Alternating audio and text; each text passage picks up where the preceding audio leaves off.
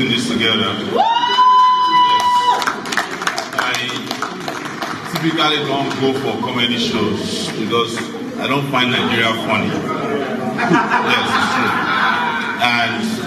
But I realized very recently, it's like an epiphany, that the only people that are left that make people happy are comedians. The government has failed. In fact, we don't have a government anymore. The TV stations have failed. Journalists have failed us. Doctors have left. In fact, a lot of pilots also have left. Only a few of them are still flying in Nigeria. But one thing that is very important that we must say to ourselves, because comedy is also a way of telling the real socio-political situation of a country. In fact, comedians are the only activists who can get away with saying stupid things. If I said some of the things you said here tonight, I will have to sleep at the DSS cell. But you guys can get away with it because you think it's funny. The government doesn't find my own jokes funny. Yes, Goboko, I saw your Instagram page and you endorsed Peter Obi. I know the reason why. It's because you are afraid that the police might find out that you burnt down next supermarket. So you are using that one to bail out yourself from investigations. But I'm not the man of fire. Anyways, on a very serious note, comedians, entertainers, you have a duty of conscience in the coming years. These people that you are condemning here, when the election money comes now, you are the ones who will be endorsing them on your Instagram pages. All of you, almost most of you are guilty of this. Each time Nigeria is in a bad situation, you condemn your jokes, but when the election period comes, comedians for Tinubu, comedians for Peter Obi, comedians for Atiku, the same people who brought Nigeria to this sorry situation that it is in today, they are the people that our entertainers always support. So the entertainers also must call themselves to order. One last thing I want to say, because it's late, is this. Some entertainers have said it several times, and I hear it, that it says Sowore brought Buhari to power. How is it possible for a small me to bring Buhari to power? And when in 2019 it was necessary to bring myself, to power, I could not bring the same person to power. You say that because some of you have your preferred thieves. Jonathan was a thief during his own time. I condemn it and I say it anywhere. Buhari too, under his own regime, has brought his own thieves. All of them are the same. No thief is better than the other. Nobody should condemn the stealing that is going on under Buhari and say that the stealing that was going on under Jonathan was better than the stealing that was going on under Buhari. Jonathan had all the money in this world to have made Nigeria a better country.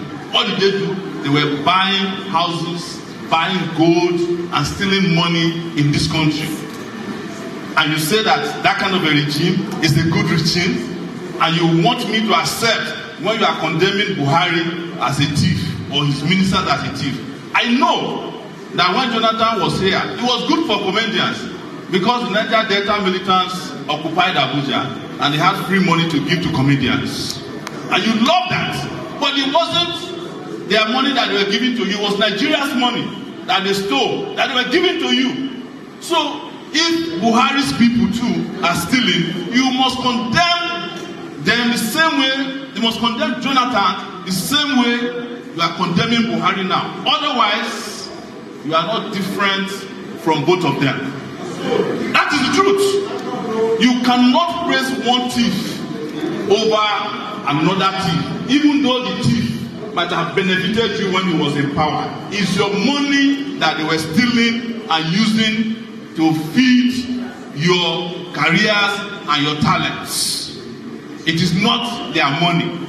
So I want to make that very clear, that I was opposed to Jonathan. In fact, before Jonathan came to power, I was opposed to Yar'Adua when they didn't want to hand over power to Jonathan because he was from the Niger Delta. But when Jonathan started stealing, I was opposed to Jonathan, even though I am an Ijaw person. Most people don't know this. So I should be closer to him, but I refuse to partake in the stealing of Nigeria's wealth.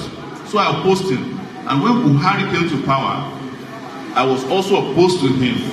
Under Buhari, I spent 5 months in DSS detention in this Abuja city, the federal capital of thieves. That's what I call it. Yes. Under Buhari's regime. Under Buhari's regime, I have been held up in this Abuja for 3 years. I cannot travel out of Abuja. If I mistakenly enter Nasarawa now, I will be charged with another offense of jumping bail. As of last week, I was arrested because I was planning to declare for presidency. When I finished the declaration, they rearrested me again, took me to court. When we got to court, their lawyer, their prosecutor forget to serve my co-accused. They were looking at me. One thing is important. Sheyi was saying it, that Buhari has liver at his back. Buhari is a coward. I say that here. I'm sure they are still at Eagle Square. It is the people of Nigeria that needs to develop liver. It's the youth of Nigeria that needs to develop liver. If you don't have that liver, you will be having the feeling that the president has liver. There is no president in Nigeria that is not a coward. If you don't know, ask them what was happening during NSAS. They were already planning to run away from this country. If the youth had sustained NSAS for another 2 weeks, this country would have experienced a revolution now. And until we do that, forget about it. We'll be thinking that our leaders have liver, whereas they're a bunch of cowards. That's what I want to say. Thank you, everyone.